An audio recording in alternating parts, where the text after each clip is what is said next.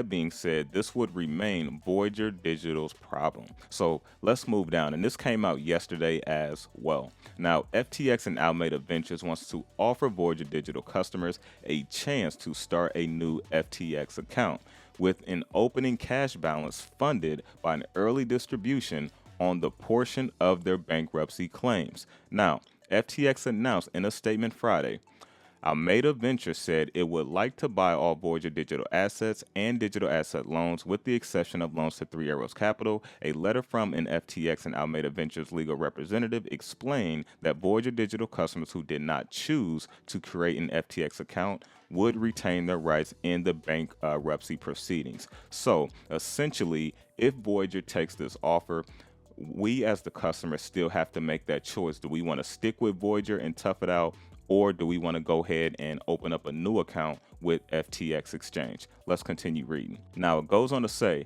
they will not receive early reimbursement if you do not choose to open the FTX account. Accepting the offer will protect Voyager Digital clients from depreciation of the crypto assets that they currently do not have access to, as reimbursements for digital assets will be based on their value on July 5th. So the reimbursement, here's what they're saying, is going to be reimbursed based off of not today or not whenever it gets settled, but based off of July 5th. Now, as we move down a little bit, you can see FTX says and Alameda says their goal of our joint proposal is to help establish a better way to resolve an insolvent crypto business, a way that allows customers to obtain early liquidity and reclaim a portion of their assets without forcing them to speculate on bankruptcy outcomes and take one-sided risks.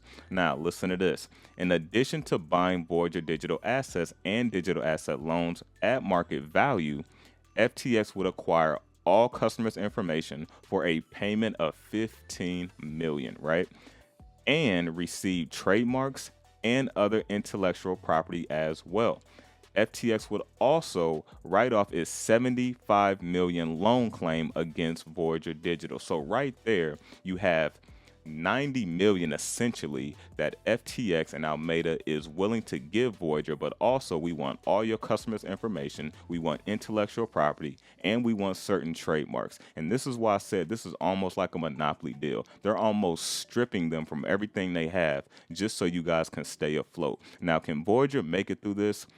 I don't know, right? I have no idea. But with the way they're doing things with the Chapter 11, it does make things a little bit better for them. But however, we don't know at this point in time. But to see what FTX and Alameda did, they actually offered to buy out the loans instead of actually buying the whole company Voyager, right? Because nobody wants to kind of fit that 3AC, loan bill that they have out there, that loan debt, right? And so I think it's very interesting that this is the offer they made instead of saying, hey, we're just going to acquire Voyager as a whole, right? So that's something to kind of keep in mind as well. Now, the last thing I want to touch on here, it says FTX is asking Voyager Digital to respond to the offer by Tuesday with an eye to receiving expedited approval from the bankruptcy court and closing the deal by August 17th.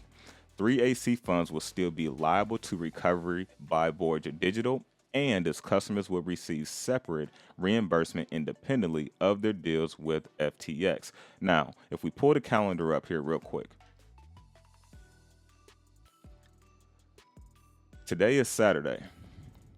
They're giving them till Tuesday, right, which is the 26th. And remember, they have the court hearing about the restructuring process on the 4th. So FTX have now put a big ball on Voyager's court and said, hey, we're going to give you till Tuesday to take this deal, even knowing they have a court hearing on the 4th, right, to see about USD and other things of that nature. So I find this very, very interesting that FTX and Alameda has now made a move knowing that this court hearing is coming up, and the fact that they said, hey, we'll buy out your digital loans except 3AC, and we'll also buy out your digital assets. So now we can reimburse the customers that choose to come over, because FTX, they know a lot of customers, just being real, they want out of Voyager, right? And some people at this point, they don't even care really about losing money. They just want to get the money they have and get out of there, right? And FTX knows this. And so this is why they're also kind of making this type of offer. But I also think it's very interesting that they didn't buy out the whole company or offer to buy out the whole company.